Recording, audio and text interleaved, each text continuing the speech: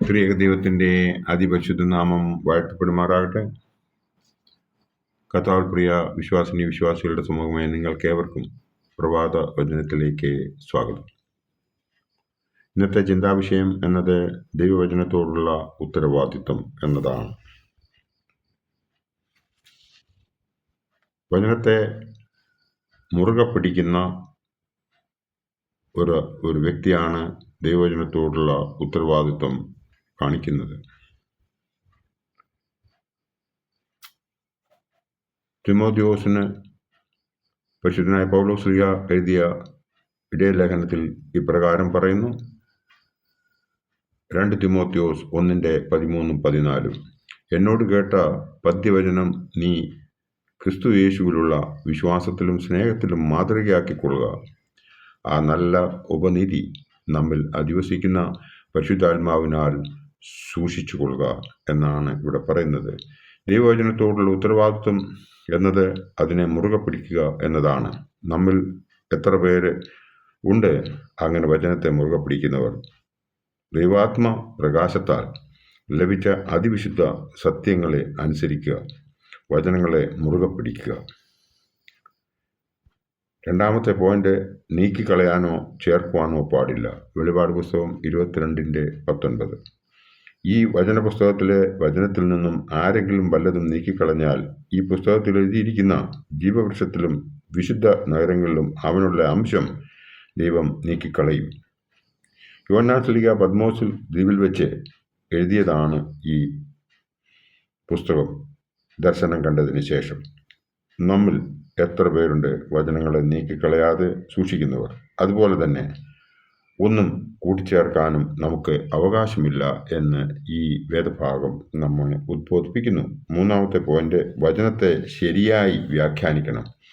1 തീമോഥെയോസ് 3:16 അവൻ ജഡത്തിൽ വെളിപ്പെട്ടു, ആത്മാവിൽ നീതീകരിക്കപ്പെട്ടു, ദൂതന്മാർക്ക് പ്രത്യക്ഷനായി, ജാതികളുടെ ഇടയിൽ പ്രസംഗിക്കപ്പെട്ടു, ലോകത്തിൽ വിശ്വസിക്കപ്പെട്ടു, തേജസ്സിൽ എടുക്കപ്പെട്ടു എന്നിങ്ങനെ ദൈവഭക്തിയുടെ മർമ്മം സമ്മതമാമണ്ണം വലിയതാകുന്നു. വിശ്വസിക്കേണ്ടതായ ഒരു വസ്തുതയാണിത്. ശരിയായി നാം ഇതിനെ വ്യാഖ്യാനിക്കുമ്പോൾ ദൈവം എന്താണ് എന്ന് നമുക്ക് മനസ്സിലാക്കുവാൻ സാധിക്കും.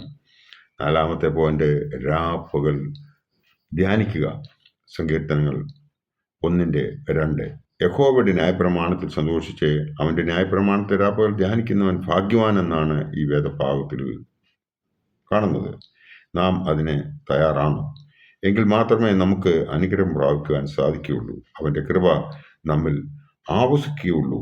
അവൻ്റെ കൃപാവരങ്ങൾ നമുക്ക് ലഭിക്കണമെന്നുണ്ടെങ്കിൽ യഹോവയുടെ ന്യായപ്രമാണത്തിൽ സന്തോഷിച്ച് അവൻ്റെ ന്യായപ്രമാണത്തെ രാപ്പകൽ ധ്യാനിക്കണം എന്നുള്ള ആ തത്വസംഹിത, ആ ഉത്തരവാദിത്വം നമുക്കേവർക്കും ഉണ്ടായിരിക്കണം. അഞ്ചാമത്തെ പോയിന്റ്, നിരന്തരം പാരായണം ചെയ്യുക.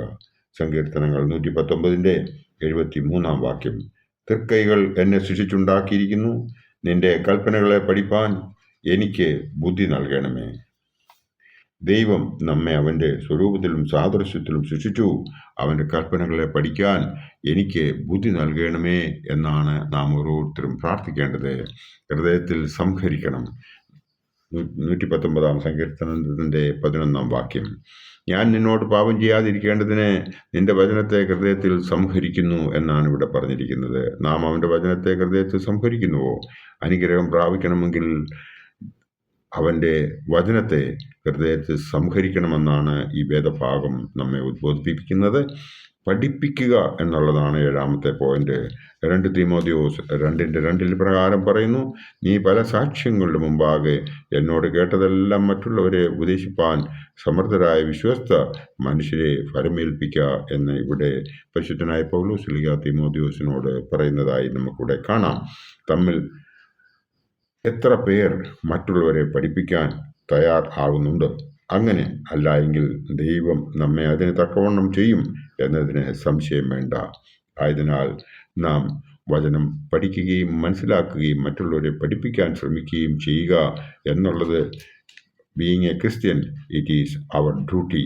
So we have to bestow ourselves before the God for doing it, and we have to adhere it well. നമ്മുടെ ഉത്തരവാദിത്വം. എന്നാൽ വചനത്തെ നാം മുറുകെ പിടിക്കണം. വചനത്തെ നീക്കിക്കളയുവാനോ ചേർക്കുവാനോ പാടില്ല. വചനത്തെ ശരിയായി വ്യാഖ്യാനിക്കണം. വചനത്തെ രാപ്പകൽ ധ്യാനിക്കണം. വചനത്തെ നിരന്തരം പാരായണം ചെയ്യണം. വചനത്തെ ഹൃദയത്തിൽ സംഹരിക്കണം. വചനത്തെ പഠിപ്പിക്കണം. ഇതാണ് ഒരു ക്രിസ്ത്യാനിയുടെ യഥാർത്ഥ ദൗത്യം. ഇങ്ങനെ ചെയ്യുന്നുവെങ്കിൽ ദൈവം നമ്മെ അനുഗ്രഹിക്കും എന്നുള്ളതിന് യാതൊരു സംശയവുമില്ല. ദൈവം നമ്മുടെ പാപങ്ങളെ പൊറുക്കും. ദൈവം നമ്മെ അവൻ്റെ മകനായി മകളായി സ്വീകരിക്കും എന്നുള്ളതിന് യാതൊരു സംശയവുമില്ല. ഈ 3 നോയമ്പ് കഴിഞ്ഞതായ ഇന്നത്തെ ദിവസം, കഴിഞ്ഞ തിങ്കൾ, ചൊവ്വ, ബുധൻ നമ്മൾ 3 നോയമ്പ് ആചരിച്ചു. ആ 3 നോയമ്പിലൂടെ കടന്ന് ശരിയായ രീതിയിൽ പ്രാർത്ഥിക്കുകയും, അതായത് ശരിയായ രീതിയിൽ നോമ്പ് നോക്കുന്ന ഒരു വ്യക്തിയെ സംബന്ധിച്ചിടത്തോളം ആ നോമ്പിൻ്റെ 2 ചിറകുകളാണ് ഉപവാസവും പ്രാർത്ഥനയും. അത് കൃത്യമായി ചെയ്ത ഒരാൾക്ക് അവളെ തന്നെ തിരുത്തി ഒരു പുതിയ ജീവിതം ജീവിക്കുവാൻ സാധിക്കും. ഇനിയുള്ള 18 ദിവസങ്ങൾ നാം വലിയ നോയമ്പിൻ്റെ തയ്യാറെടുപ്പിന് വേണ്ടിയിട്ട് നാം ഓരോരുത്തരും ഉറ്റുനോക്കിയിരിക്കുന്നു. ആ 18 ദിവസങ്ങൾക്ക് ശേഷം ആ വലിയ നോമ്പ് ആരംഭിക്കുന്നതോടെ നാം നമ്മെ തന്നെ ഒരു പുതിയ വ്യക്തിയായി, ഒരു പുതിയ ആളായി, ദൈവത്തിൻ്റെ പൈതലായി മുമ്പോട്ട് ജീവിക്കുവാൻ നമുക്ക് സാധിക്കുന്നുവെങ്കിൽ ബാക്കിയുള്ള നമ്മുടെ ജീവിതം അനുഗ്രഹപ്രദമായിരിക്കുമെന്ന് മാത്രം ഈ അവസരത്തിൽ ഓർപ്പിച്ചുകൊണ്ട് എൻ്റെ വാക്കുകൾ ഇവിടെ ഉപസംഹരിക്കട്ടെ. ദൈവം നമ്മളെല്ലാവരെയും അനുഗ്രഹിക്കും എന്ന ഉള്ള ഉറപ്പോടുകൂടി നിരന്തരമായി അവൻ്റെ മുമ്പിൽ പ്രാർത്ഥിച്ചുകൊണ്ടിരിക്കുകയും ഇടപെടാതെ പ്രാർത്ഥിച്ച് സന്തോഷത്തോടുകൂടി ഇരുന്ന് അവൻ ചെയ്യുന്നതായ കൃപാവരങ്ങൾക്ക് വേണ്ടിയിട്ട് നന്ദി പറയുകയും നമ്മുടെ ആവശ്യങ്ങളെ അവൻ്റെ മുമ്പിൽ, അവൻ്റെ തൃപ്പാദത്തിൽ സമർപ്പിക്കുകയും ചെയ്യുക എന്ന് മാത്രം ഓർപ്പിച്ചുകൊണ്ട് നിർത്തുന്നു. നന്ദി, നമസ്കാരം. ദൈവം നമ്മളെ എല്ലാവരെയും അനുഗ്രഹിക്കട്ടെ.